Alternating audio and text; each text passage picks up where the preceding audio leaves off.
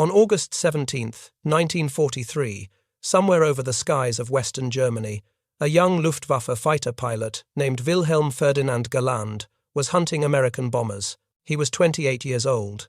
He had 55 confirmed aerial victories. He wore the Knight's Cross around his neck, one of Nazi Germany's highest military decorations. His older brother Adolf was the most famous fighter ace in the German Air Force, the man responsible for all Luftwaffe fighter operations across Europe. Wilhelm Ferdinand, nicknamed Wutz by his family, had been flying combat missions since 1941. He commanded the second group of Jagdverband 26, one of the elite fighter wings on the Western Front. He had shot down 7 American four-engine bombers and 37 British Spitfires. His pilots respected him. His superiors trusted him. That morning, Wilhelm Ferdinand spotted the formation of B-17 flying fortresses returning from their attack on Schweinfurt. The American bombers had struck Germany's ball-bearing factories, a target of critical importance to the war effort. German fighters had already savaged the formation on its way in. Now they would hit it again on the way out. Wilhelm Ferdinand led his squadron of Focke-Wulf, 190 fighters, toward the bombers. The 190 was a formidable aircraft, fast and heavily armed, capable of absorbing tremendous punishment. It was the preferred weapon of German pilots attacking American bomber formations, but escorting those bombers were American P-47 Thunderbolts from the 56th Fighter Group, and these Thunderbolts had something they had never possessed before: drop tanks. External fuel tanks that extended their range deep into German airspace. The American fighters should not have been there. Everyone knew that the P-47 could barely reach the far side of Belgium before turning back. Germany itself was supposed to be beyond the range of any Allied fighter, but there they were. And they were waiting. Wilhelm Ferdinand Galland never saw the P-47 that killed him. The American ace Walker Budmahurin sent the German fighter spiraling toward the earth. Wilhelm Ferdinand's Focke-Wulf crashed at high speed somewhere near the German border. His body was later recovered and buried in the German military cemetery at Lommel in Belgium. That same day, 60 American B-17 bombers were shot down over Germany. It was one of the costliest air battles in American history. Hundreds of American airmen were killed or captured. The German High Command celebrated. Reichsmarschall Hermann Göring declared it a great victory for the Luftwaffe. But one man in Berlin understood what those drop tanks actually meant. One man looked at the wreckage of American fighters found inside German territory and saw not victory, but the beginning of the end. That man was Adolf Galland, the brother who had just lost Wilhelm Ferdinand to an American bullet. And what he did next would be dismissed as the ravings of a defeatist. His warning would be ignored, his prediction mocked. 10 months later, everything he said would come true, and Germany would lose control of its own skies forever. What Adolf Galland began to understand on August 17, 1943, and confirmed weeks later when he examined the wreckage near Aachen about how air power would determine the fate of nations, is a lesson that military planners study to this day. Adolf Galland had been watching pilots die since 1940. He was born on March 19, 1912, in Westerholt, a small town in the Ruhr industrial region of Western Germany. His family had French Huguenot ancestry and had lived in the area since 1792. His father worked as the estate manager for the local count. Adolf developed a passion for flying as a teenager. In 1929, at age 17, he joined a glider club and quickly became one of its most skilled pilots. He joined the civilian airline Lufthansa in 1932 and trained as a commercial pilot. When the Nazi government secretly began rebuilding the German military, Galland was among the first recruits for what would become the Luftwaffe. He flew combat missions during the Spanish Civil War as a member of the Condor Legion, the German volunteer force supporting Francisco Franco's nationalist faction. He specialized in ground attack operations, flying more than 280 sorties in Heinkel 51 biplanes. The experience taught him the brutal mathematics of air combat, how quickly pilots and aircraft could be consumed in the fires of war. During the Battle of Britain, he commanded Jagdverband 26, one of the elite fighter wings of the Luftwaffe. He flew Messerschmitt 109 fighters from bases in northern France, escorting German bombers across the English Channel to attack British cities and airfields. Galland was 28 years old at the time, with slicked-back black hair, a thin moustache, and a cigar perpetually clenched between his teeth. He was brash, confident, and extraordinarily skilled. He had the eyes of a natural predator, constantly scanning the sky, always aware of threats and opportunities. By the end of 1940, he had 57 confirmed kills against British aircraft. His younger brothers followed him into the Luftwaffe. Paul, the youngest, became a fighter pilot and claimed 17 aerial victories before being shot down and killed by a British Spitfire on October 31, 1942. Wilhelm Ferdinand, the middle brother, was already making a name for himself as an ace.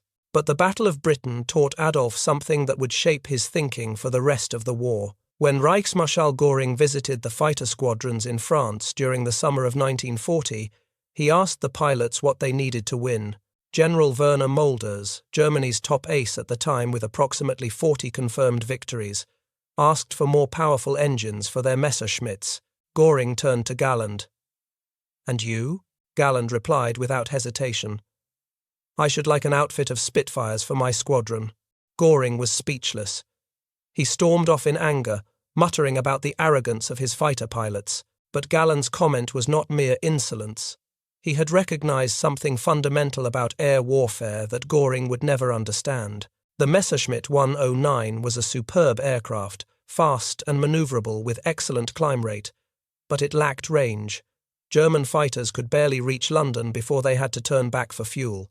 Every minute over England was a minute closer to running out of gasoline and crashing into the Channel on the way home. British Spitfires and Hurricanes, fighting over their own territory, could stay in the air longer.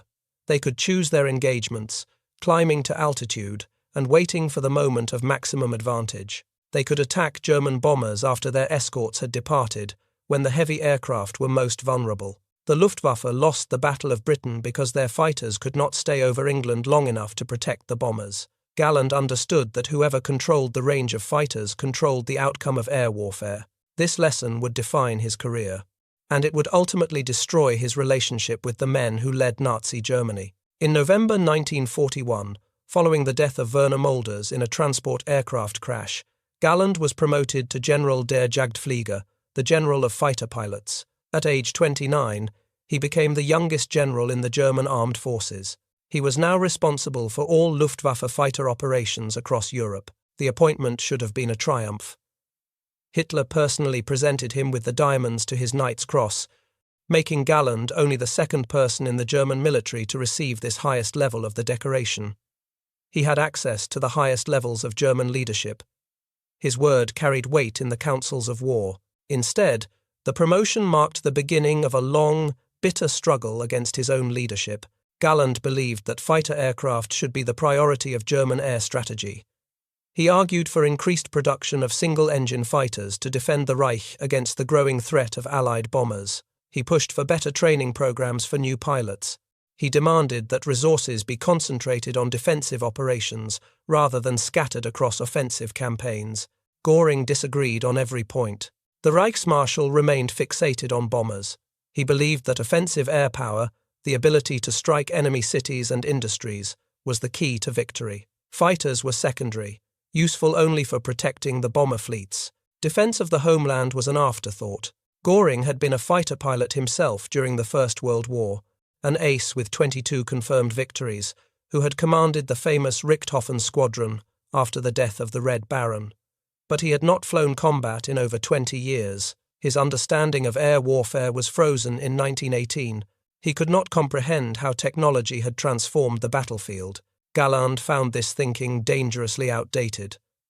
The British had demonstrated during the Battle of Britain that a well-organized fighter defense could defeat a superior attacking force. Now the Americans were building bomber fleets that dwarfed anything Germany possessed, and their industrial capacity meant they could replace losses faster than Germany could inflict them. In January 1942, Jescheneck, the Luftwaffe Chief of Staff, was asked what the German Air Force would do with 360 fighters per month. His response revealed the blindness at the heart of German strategy. "I do not know what we would do with such numbers," he said. Within 2 years, Germany would be losing more than 600 fighters per month and desperately wishing for more. The mathematics were simple and terrifying. Germany was fighting a war of attrition it could not win. But Göring refused to listen.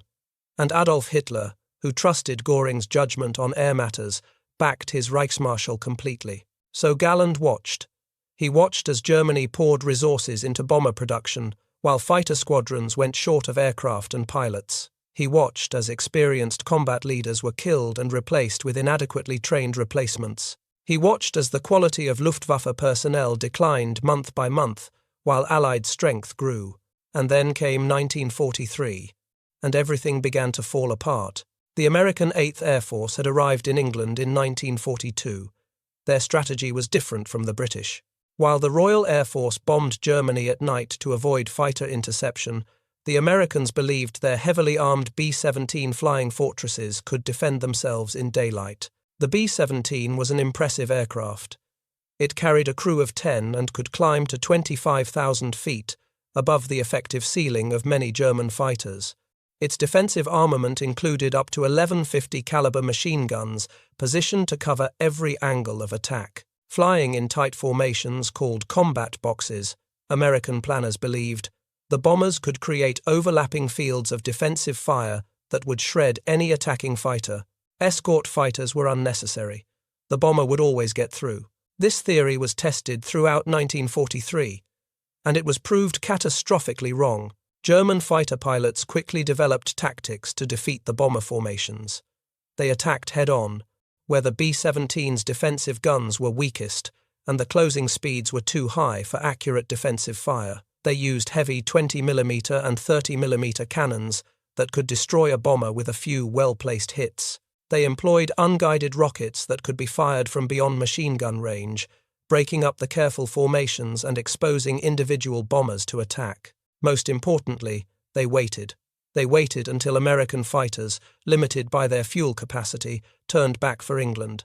Then they swarmed the unprotected bombers in wave after wave of attacks. The losses were staggering.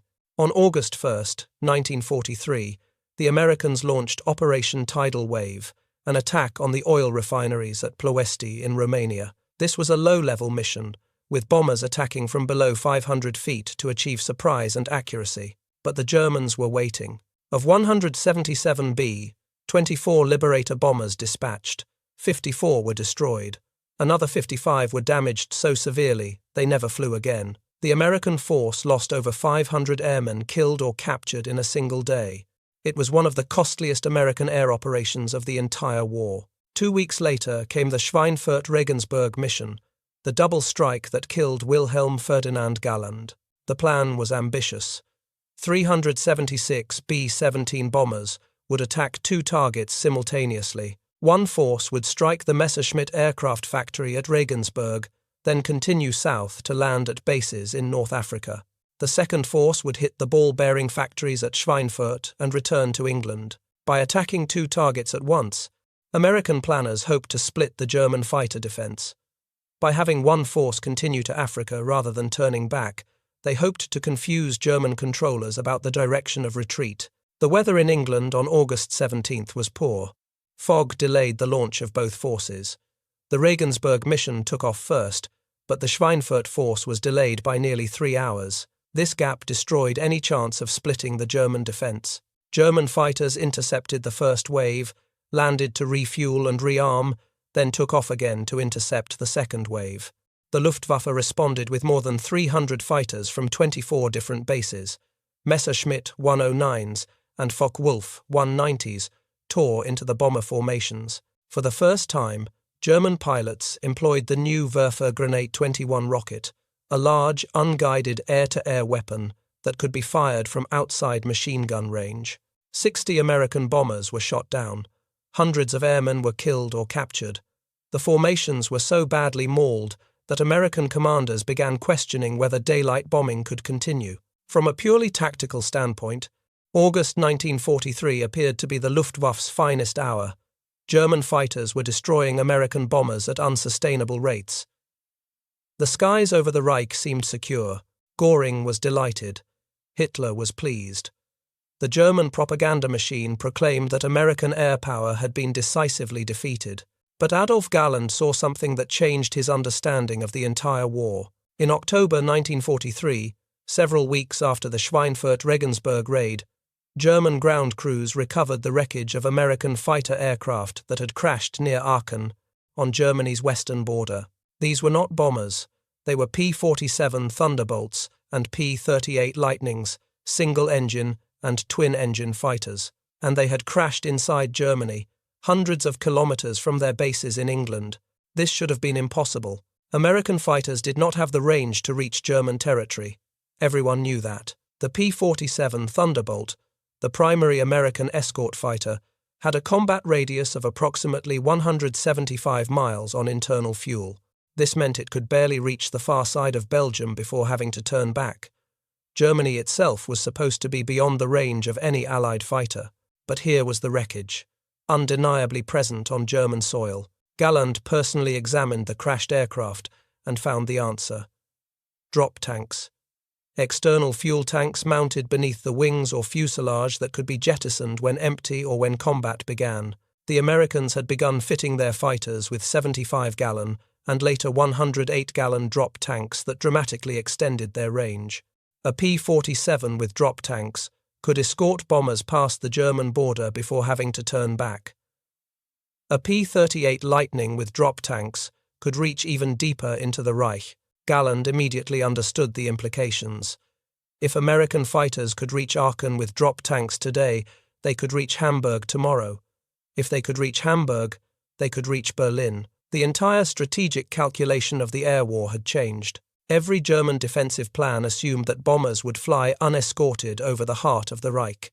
Fighters would have time to assemble, climb to altitude, and attack the bomber formations in carefully coordinated waves. German pilots could make multiple passes, land to refuel and rearm, then take off to attack again. The lack of American fighter escort was the foundation of German air defense. With drop tanks, that foundation had crumbled. Galland rushed to present his findings to Göring. He brought photographs of the wreckage. He showed maps of the crash sites. He explained in detail what the drop tanks meant for German air strategy. The Americans would soon be able to escort their bombers all the way to any target in Germany. German fighters would face not just bombers but swarms of enemy fighters protecting them. The careful tactics that had worked so well against unescorted formations would become suicide missions. Germany needed to immediately increase fighter production by a factor of 3 or 4. Training programs had to be expanded dramatically. New defensive strategies had to be developed. Every available resource had to be devoted to preparing for the storm that was coming. Galland was joined in his arguments by Erhard Milch, the Luftwaffe officer responsible for production and procurement. Milch understood industrial warfare. He had overseen the expansion of German aircraft production from a few hundred planes per year in the 1930s to thousands per month by 1943. He knew what was possible and what was necessary. Together, Galland and Milch argued that Germany must reach a 3- or 4-fold advantage in fighter strength immediately to have any chance of countering the threat. Göring's response was fury. He called Galland's report the rantings of a worn-out defeatist. He declared that no Allied fighters had crossed into Germany. The wreckage, Göring insisted, came from aircraft that had been damaged far to the west and simply glided east before crashing. The pilots had chosen to glide toward enemy territory rather than toward safety. Galland pointed out the absurdity of this explanation. Why would a damaged pilot glide into Germany when he could glide toward France or Belgium and be rescued? No pilot in his right mind would fly deeper into enemy territory if he had any alternative. The aircraft had clearly been operational when they crossed the border. Göring was unmoved. He ordered Galland to stop spreading defeatist propaganda. There would be no increase in fighter production. There would be no change in strategy. The report was to be buried. Göring even went further. He issued an order declaring that American fighters had not crossed into German airspace. It was forbidden to suggest otherwise. Reality itself was to be denied. Galland left the meeting knowing that Germany had been handed a death sentence, and its leaders had refused to read it. The month that followed was the worst of Adolf Galland's life. On August 17th, the day of the Schweinfurt-Regensburg raid, he lost his brother Wilhelm Ferdinand. Wutz had survived over 180 combat missions. He had shot down 55 Allied aircraft. He had earned the Knight's Cross for his skill and bravery, and now he was dead, killed by an American pilot flying a fighter that should never have been able to reach him. Adolf had already lost his youngest brother Paul the previous October. Now, Wilhelm Ferdinand was gone too. Of the 4 Galland brothers who had joined the Luftwaffe, only Adolf and Fritz remained, and Fritz served in reconnaissance and support roles, not as a combat pilot. On August 18th, one day after the Schweinfurt raid, the chief of the Luftwaffe General Staff, Hans Jeschonek, shot himself at Hitler's headquarters in East Prussia. Jeschonek was 44 years old.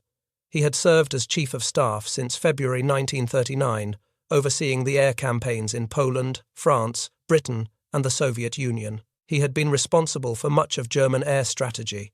Jeschonek had pushed for bomber production over fighters. He had supported Göring's offensive doctrines. He had famously declared in early 1942 that he did not know what the Luftwaffe would do with more than 360 fighters per month. By August 1943, the failures had become undeniable. Allied bombers were striking targets across Germany with growing frequency. The Luftwaffe could slow them, but not stop them. Jeschonek had lost influence with Hitler and was being undermined by rivals within the Luftwaffe hierarchy. And he knew, perhaps better than anyone except Galland, that the situation was about to become catastrophically worse. The night before his suicide, British bombers had attacked the secret rocket research facility at Peenemünde on the Baltic coast. The facility was developing the V-1 flying bomb and V-2 rocket that Hitler hoped would turn the tide of the war. Jeschonek had ordered German night fighters to concentrate over Berlin, believing the capital was the target. 20 Mosquito bombers had been sent toward Berlin as a diversion, and Jeschonek fell for the deception. When he realized his mistake, German fighters were shooting at German aircraft in the confusion over Berlin, while British bombers destroyed Peenemünde virtually unopposed. The British raid killed over 700 people at Peenemünde, including many of Germany's top rocket scientists. It set back the V-weapon program by months. Jeschonek left multiple suicide notes. One read simply, "I can no longer work together with the Reichsmarschall. Long live the Führer." Another requested that Göring not attend his funeral. Göring covered up the suicide, announcing that Jeschonek had died of a stomach hemorrhage. He attended the funeral anyway. But the truth spread through the Luftwaffe officer corps. Their chief of staff had killed himself rather than continue serving under Göring's leadership. Galland was devastated by his brother's death and shaken by Jeschonek's suicide. But he did not give up. He continued pressing his case through every channel available. He submitted reports. He gave presentations. He argued with anyone who would listen. "The American fighters are coming," he warned. "When they arrive in sufficient numbers, we will lose control of our own airspace. Our bomber production must be converted to fighters immediately. Our training programs must be tripled. This is our last chance." No one in authority listened. October 1943 seemed to vindicate the German High Command's confidence, but for Galland, it only underscored the danger he had warned about. On October 8th, the 8th Air Force launched a massive raid against Bremen and Wegesack in northern Germany. 399 bombers attacked aircraft factories and submarine yards. German fighters shot down 30 bombers, but the Americans kept coming. On October 10th, they struck Munster with 274 bombers. German fighters destroyed 30 more. The losses were heavy but not crippling. American replacement aircraft were already on their way across the Atlantic. Then came October 14th, 1943, Black Thursday. 291 B-17 bombers attacked Schweinfurt again, targeting the ball-bearing factories that had survived the August raid. The mission had been delayed for weeks by bad weather and the need to rebuild forces after the August losses. Now the 8th Air Force was ready to try again. German intelligence had anticipated the attack. The ball-bearing factories were among the most important targets in Germany. Their destruction could cripple production of tanks, aircraft, and weapons across the Reich. German fighters rose to meet the bombers in what would become one of the largest air battles of the war. The American fighters, equipped with drop tanks, escorted the bombers as far as Aachen. They fought running battles with German interceptors over the Netherlands, shooting down several Messerschmitts. Then, at the limit of their range, they turned back for England. The German fighters were waiting. For the next several hours, waves of Messerschmitts and Focke-Wulfs tore into the unprotected bomber formations. They attacked from head-on at closing speeds approaching 600 miles per hour. They fired rockets from beyond defensive gun range. They made pass after pass until their ammunition was exhausted, then landed, rearmed, and took off to attack again. The battle raged across hundreds of miles of German airspace. Bombers fell from formation, trailing smoke and fire. Parachutes blossomed as crews abandoned stricken aircraft. Some bombers exploded in mid-air, killing everyone aboard instantly. 60 B-17s were shot down. Another 17 were damaged so severely they had to be scrapped. 121 more had varying degrees of battle damage. Of the 291 bombers that had taken off that morning, only 33 returned to England undamaged. 650 American airmen were killed, wounded, or captured in a single mission. It was the highest single-day loss in the history of the 8th Air Force. German pilots reported the greatest aerial victory since the Battle of Britain. Göring was triumphant. He sent congratulatory messages to fighter units across the Reich. The American daylight bombing campaign had been defeated. The B-17s could not survive without fighter escort, and American fighters did not have the range to escort them all the way to targets in Germany. But Galland knew what Göring refused to see. The Americans had only turned back at Aachen because they lacked sufficient drop tanks for a deeper escort mission. The tanks were being produced in ever greater numbers at American factories. The P-51 Mustang, a new fighter with even greater range than the Thunderbolt, was entering service in England. Within months, American fighters would be able to escort bombers to any target in the Reich. Black Thursday was not a German victory. It was the Luftwaffe's last gasp before drowning. The Americans suspended deep penetration raids into Germany after Black Thursday. For 5 months, they rebuilt their forces, trained new crews, and waited for the arrival of the long-range escorts that would change everything. This pause should have been Germany's opportunity. 5 months to increase fighter production, 5 months to train more pilots, 5 months to develop new tactics and defensive strategies. Instead, the Luftwaffe leadership squandered the reprieve. Fighter production increased only marginally. Training programs remained inadequate. Experienced pilots continued to be lost in battles over Italy and the Eastern Front. Galland pleaded for concentration of resources on the defense of the Reich. He argued that the battles in Sicily and Italy were secondary to the existential threat of American bombers. He demanded that fighter groups be transferred from the east to protect German cities and factories. His arguments were rejected. Hitler insisted on maintaining offensive operations across all fronts. Göring continued to prioritize bombers. The opportunity slipped away. In January 1944, General James Doolittle took command of the 8th Air Force. Doolittle was famous for leading the 1942 bombing raid on Tokyo that had boosted American morale after Pearl Harbor. Now he would transform the air war over Europe. Doolittle understood that the key to victory was not protecting bombers but destroying the Luftwaffe. He changed American fighter doctrine completely. Previously, escort fighters had been ordered to stay close to the bomber formations, protecting them from attack. If German fighters approached, American escorts were supposed to drive them away and then return to the bombers. Pursuit was discouraged. The bombers came first. Doolittle freed the fighters to hunt.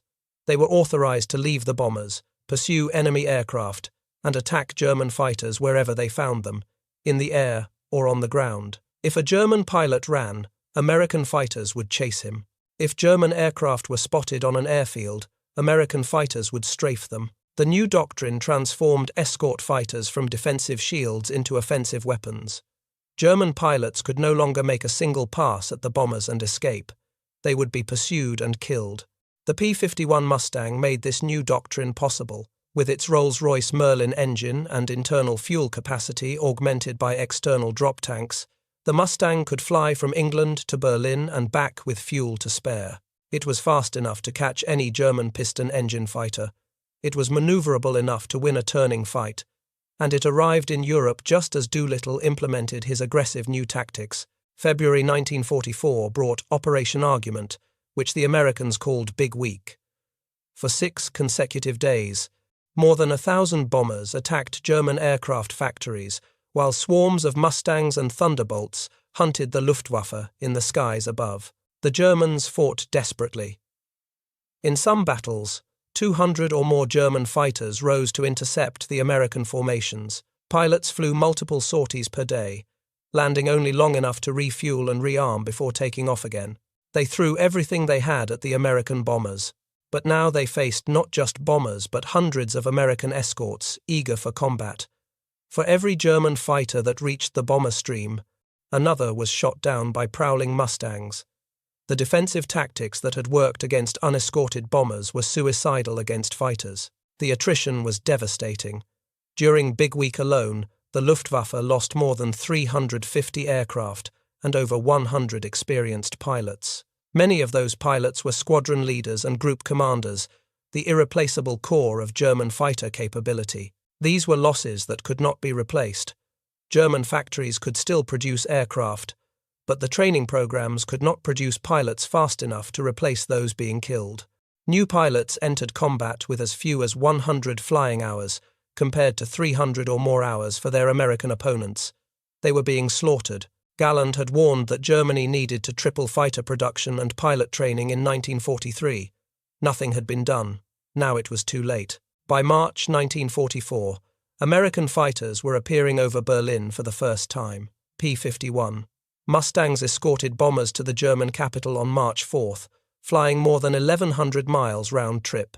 The psychological impact on German civilians and leadership was enormous. Berlin was supposed to be invulnerable. The heart of the Reich had never been threatened by enemy fighters. The city was defended by massive flak towers and hundreds of anti-aircraft guns. German citizens had been told that the Luftwaffe would protect them. Now American aircraft were circling over the Reichstag in broad daylight, shooting down any German fighter that dared to challenge them. The citizens of Berlin could look up and see the contrails of enemy aircraft. They could hear the air raid sirens and the thunder of bombs falling on their neighborhoods. Galland's warnings from October 1943 had come true in every detail. American fighters could reach any target in Germany. German bombers were being slaughtered. The Luftwaffe was bleeding out, losing experienced pilots faster than they could be replaced. The statistics told the story of catastrophe. In January 1944, the Luftwaffe lost 294 fighters and 154 pilots killed. In February, the numbers jumped to 430 fighters and 220 pilots. In March, 565 fighters and 240 pilots.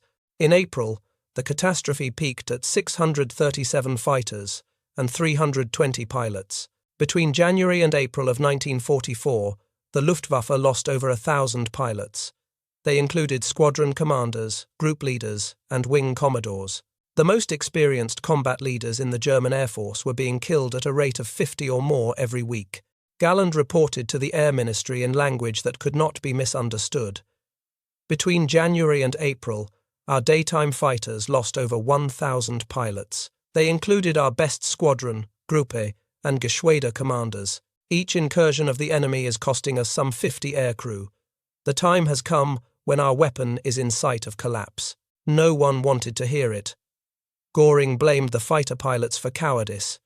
He threatened to court-martial pilots who returned without victories. He accused them of lacking the aggressive spirit of the 1940 Battle of Britain pilots. Hitler demanded that they fight harder. He did not understand why German fighters could not simply shoot down the American escorts. He suggested that fighter pilots be sent to infantry units on the Eastern Front if they could not perform their duties. Neither understood that courage could not overcome mathematics. A brave pilot flying an inadequate aircraft with insufficient training against a better equipped and more numerous enemy would simply die faster. Individual heroism could not substitute for industrial capacity and strategic foresight. In June 1944, the Allies invaded Normandy. Operation Overlord, the largest amphibious assault in history, put 150,000 troops on the beaches of France in a single day. The invasion succeeded in large part because the Luftwaffe could not challenge it. On D-Day, June 6th, the Allies flew more than 14,000 sorties over the invasion beaches. Fighter bombers attacked German positions. Transport aircraft dropped paratroopers behind enemy lines. Reconnaissance aircraft photographed German movements. The Luftwaffe managed approximately 300 sorties on D-Day, compared to more than 14,000 by the Allies. Only 2 German fighter bombers actually reached the beaches and dropped bombs. The rest were intercepted, destroyed on the ground, or simply unable to take off due to fuel shortages and pilot losses. German fighters that tried to attack the landing forces were overwhelmed by Allied escorts. Those that stayed on the ground were destroyed by fighter bombers roaming freely across France. The air superiority that Galland had warned would be lost was now completely in Allied hands. General Dwight Eisenhower, the supreme Allied commander, had been told before the invasion that if he saw aircraft over the beaches, they would be Allied. The Luftwaffe would not be able to interfere. This prediction proved accurate. Within weeks, Allied armies broke out of the beachhead and began the liberation of France. American armored columns drove deep into enemy territory, supported by fighter bombers that attacked any German forces attempting to reinforce or counterattack. The Luftwaffe could do nothing to stop them. German troops moved only at night because any vehicle on the roads in daylight would be strafed by Allied fighters. Tank columns were destroyed by rocket firing, Typhoons and P-47 Thunderbolts. Supply convoys were shot to pieces before they could reach the front. Adolf Galland had predicted this outcome 10 months before D-Day. He had explained exactly how American long-range fighters would destroy German air superiority. He had begged for the resources to prevent it, and he had been ignored. By late 1944, the Luftwaffe was dying. Fuel shortages grounded entire squadrons. Synthetic oil plants were being systematically destroyed by American bombers, and the Luftwaffe had priority only behind the needs of the German army. New pilots received so little training that many were killed on their first combat mission. Some arrived at operational squadrons with fewer than 80 flying hours total, barely able to take off and land safely. They faced American pilots with hundreds of hours of training and dozens of combat missions of experience. Aircraft sat on airfields without the spare parts to make them operational. Factories could produce airframes faster than engines, creating backlogs of incomplete aircraft. Those that were completed often lacked instruments, radios, or weapons. Galland continued fighting, both in the air and in the conference rooms. He argued for the concentration of remaining resources on the new Messerschmitt 262 jet fighter, which he believed could challenge Allied fighters on equal terms. The 262 was revolutionary, powered by 2 jet engines that could propel it to over 540 miles per hour. It was faster than any Allied aircraft by nearly 100 miles per hour. Its 4 30mm cannons could destroy a bomber with a single well-aimed burst. Galland had first flown the 262 in May 1943. After the flight, he declared that it was as though angels were pushing. He immediately recognized its potential to change the air war. But Hitler and Göring had other ideas. Hitler insisted that the 262 be used as a fast bomber rather than a fighter. He believed it could strike Allied positions without being intercepted. This decision delayed deployment of the jet as a fighter by critical months. Galland clashed repeatedly with Göring over the jet and over general strategy. By late 1944, their relationship had collapsed completely. In January 1945, the relationship finally reached its breaking point. A group of senior fighter pilots, including some of Germany's most decorated aces, met secretly to discuss the state of the Luftwaffe. They compiled a list of grievances against Göring's leadership and demanded changes to strategy and tactics. This gathering became known as the Fighter Pilots' Revolt. Among the pilots were Johannes Steinhoff, holder of the Knight's Cross with oak leaves and swords, with 176 victories; Gunther Lutzow, another Knight's Cross holder with 110 victories. These were not disgruntled junior officers. They were the elite of German fighter aviation. Galland was blamed for instigating the mutiny. Göring was furious. He accused Galland of disloyalty and treason. Heinrich Himmler, the head of the SS, wanted Galland arrested and put on trial for undermining the war effort. The Gestapo opened a file on him. Only Hitler's intervention saved Galland from execution. The Führer still retained some respect for his most famous fighter ace. He refused to allow Göring to destroy him. Galland was stripped of his command as General of Fighter Pilots. He was placed under house arrest. His career appeared to be over, but Hitler had one final assignment for him. If Galland believed so strongly in the Messerschmitt 262, he could prove it. He was authorized to form a special jet fighter squadron and lead it in combat. Göring taunted him. "Prove what you have always said about the 262's great potential." If Galland succeeded, he would vindicate his arguments. If he failed, he would likely die in the attempt. Either way, Göring would be rid of him. In February 1945, Galland assembled Jagdverband 44, the squadron of experts. He recruited the most experienced fighter pilots he could find, many of them aces with the Knight's Cross, who had been sidelined by politics or unit disbandments. Among his pilots were Johannes Steinhoff, who had been part of the fighter pilots' revolt and now faced unofficial exile. Gunther Lützow, another revolt participant. Heinrich Bahr, with 220 victories. Gerhard Barkhorn, with 301 victories, the second highest scoring ace in history. These men were legends of German aviation. The unit was nicknamed the Galland Circus. And there was a rumour, only partially true, that the Knight's Cross was the unofficial badge of admission. They would fly the Me-262, the world's first operational jet fighter, against the overwhelming American bomber fleets. The aircraft was revolutionary but fragile. Its jet engines had a lifespan measured in hours rather than hundreds of hours. It required long, concrete runways for takeoff, making it vulnerable to attack on the ground, and its speed, while an advantage in combat, made it difficult to slow down enough to aim at the relatively slow bombers. But in the hands of experienced pilots, it was devastating. A 262 could dive through a bomber formation faster than the defensive guns could track it. Its 4 cannons could destroy a B-17 with a brief burst, and it could outrun any American fighter that tried to pursue. The first combat missions came in late March 1945.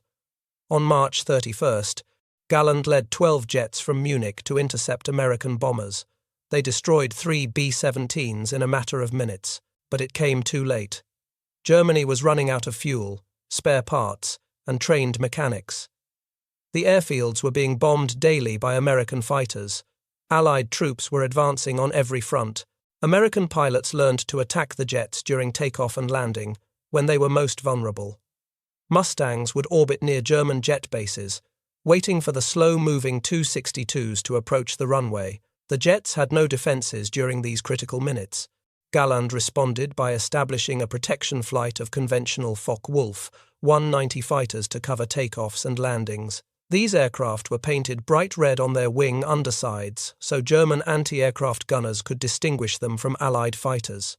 The pilots called themselves the Parrot Squadron, but there were simply too few 262s to make a difference against the thousands of Allied aircraft filling European skies.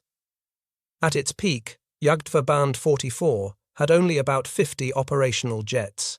The 8th Air Force alone could put 1,000 bombers over Germany on a single mission. Galland flew combat missions with Jagdverband 44 throughout April 1945. He was a lieutenant general leading attacks in person, something almost unheard of at his rank, but he had always led from the front, and he was not about to stop now. On April 26, 1945, he attacked a formation of B-26 Marauder bombers and claimed his 103rd and 104th aerial victories. He had shot down 2 medium bombers in a single engagement, bringing his wartime total to numbers that few pilots anywhere had achieved. But American P-47 fighters from the 27th and 50th Fighter Groups caught him after the engagement. Galland's wingmen had become separated during the attack on the bombers. He was alone against multiple American fighters. The P-47s riddled his jet with bullets. Galland nursed his damaged 262 back toward the airfield at Munich-Riem, trailing smoke and losing systems. As he approached, he discovered the field was under strafing attack by more American fighters. He landed anyway, bringing his crippled jet in under fire. He abandoned his aircraft on the runway and was taken to a hospital with a knee wound from shrapnel. It was his last combat mission. 12 days later, Germany surrendered. Adolf Galland survived the war with 104 confirmed aerial victories, all of them against Western Allied aircraft. He had flown more than 700 combat missions. He had been shot down 4 times and survived. He had risen from fighter pilot to general and back to fighter pilot again. He was captured by American forces in May 1945 and spent 2 years in custody, while Allied intelligence services debriefed him about German air operations. His knowledge of Luftwaffe tactics, technology, and leadership was invaluable to the victors. After his release in 1947, Galland was invited to lecture on fighter tactics at the Royal Air Force. His former enemies recognized his expertise and treated him with professional respect. In 1948, he accepted a position as a consultant to the Argentine Air Force. He spent several years in South America, helping to develop their aviation capabilities before returning to Germany in the late 1950s. He established an aviation consulting firm in Düsseldorf and became a respected figure in post-war German aviation circles. He advised aircraft manufacturers and military services around the world. In 1954, he published his autobiography, The First and the Last, which became a bestseller in 14 languages. The title referred to his role in the German fighter force, from among the first pilots to fly combat in 1940 to the last pilots flying jets in 1945. The book detailed his experiences as a fighter pilot and his conflicts with German leadership. It was praised by British and American aviators as an honest account of how the war was won and lost in the air. Galland maintained friendships with many of his former enemies. He met Douglas Bader, the legless British ace whom he had hosted as a prisoner of war in 1941, and they remained friends for decades. Their relationship symbolized the mutual respect that fighter pilots on both sides often felt for each other. In 1969, Galland served as a technical advisor for the film Battle of Britain. He helped ensure accuracy in the depiction of German tactics and equipment. He appeared in the British television documentary series The World at War in 1973. In 1979, Galland met James Finnegan, the P-47 pilot who had shot him down on his last combat mission. A university researcher had matched Finnegan's probable claim on April 26, 1945. With the details of Galland's final engagement. The two men met at an Air Force Association convention in San Francisco and shook hands. Galland bore no ill will toward the men who had fought against him. He understood that they were doing their duty, just as he had done his. The air war was fought by professionals on both sides, and those who survived often found they had more in common with their former enemies than with civilians who had never experienced combat. Galland died on February 9, 1996, at age 83. He is buried in the cemetery of St. Laurentius Church in Remagen, Oberwinter, Germany. There is a postscript to this story that reveals how completely Galland's predictions came true. After the war, Allied investigators interviewed Hermann Göring extensively about the air war. Göring, who had denied that American fighters could reach Germany, who had called Galland's warnings the ravings of a defeatist, was asked what had caused the Luftwaffe to lose. His answer was remarkable for its honesty. The reason for the failure of the Luftwaffe against the Allied air forces, Göring said, was the success of the American air forces in putting out a long-range escort fighter airplane, which enabled the bombers to penetrate deep into Reich territory and still have a constant and strong fighter cover. Without this escort, the air offensive would never have succeeded. This was precisely what Galland had warned about in October 1943. Drop tanks, long-range escorts, the ability to protect bombers all the way to their targets. Göring had ignored the warning. He had denied the evidence. He had mocked the man who tried to save him. And after the war, when there was nothing left to lose, he admitted that Galland had been right all along. The lesson Adolf Galland understood in October 1943 remains relevant today. Air superiority is not about individual victories or heroic pilots. It is about industrial capacity, training programs, and strategic planning. It is about seeing the implications of technological change before your enemy does. Galland looked at drop tanks on crashed American fighters and understood that Germany would lose the war. He saw the mathematics of attrition and knew that courage alone could not overcome production capacity. He predicted, with remarkable accuracy, exactly how the air war would unfold. His warnings were dismissed as defeatism. His evidence was rejected as impossible. His predictions were mocked by men who could not see past their own assumptions. Hermann Göring refused to believe that American fighters could reach Germany because it threatened his entire conception of air warfare. Hans Jaschonek killed himself rather than face the consequences of strategic failures he had helped create. Adolf Hitler continued to believe that willpower could overcome material disadvantage. They were all wrong, and their country paid the price. 10 months after Galland's warning, American fighters appeared over Berlin. 6 months after that, Allied troops landed in Normandy under skies, their air forces completely controlled. 1 year after Galland's warning, Germany lay in ruins, its cities bombed into rubble, its armies destroyed, its people starving. Adolf Galland was right about everything, and Germany was destroyed because its leaders refused to listen. The wreckage of those American fighters near Aachen in October 1943 told the story of the entire war. Technology was advancing, the balance of power was shifting, the nation that adapted would survive, the nation that denied reality would perish. Galland saw the future in that wreckage. He tried to warn his country. He was silenced, dismissed, and eventually removed from power. But history proved him right. And that is why his story deserves to be remembered. If you found this story compelling, please take a moment to like this video. It helps us share more forgotten stories from World War II. Subscribe to stay connected with these untold histories. Each one matters, each one deserves to be remembered. And we would love to hear from you. Leave a comment below telling us where you are watching from. Our community spans from Texas to Tasmania, from veterans to history enthusiasts.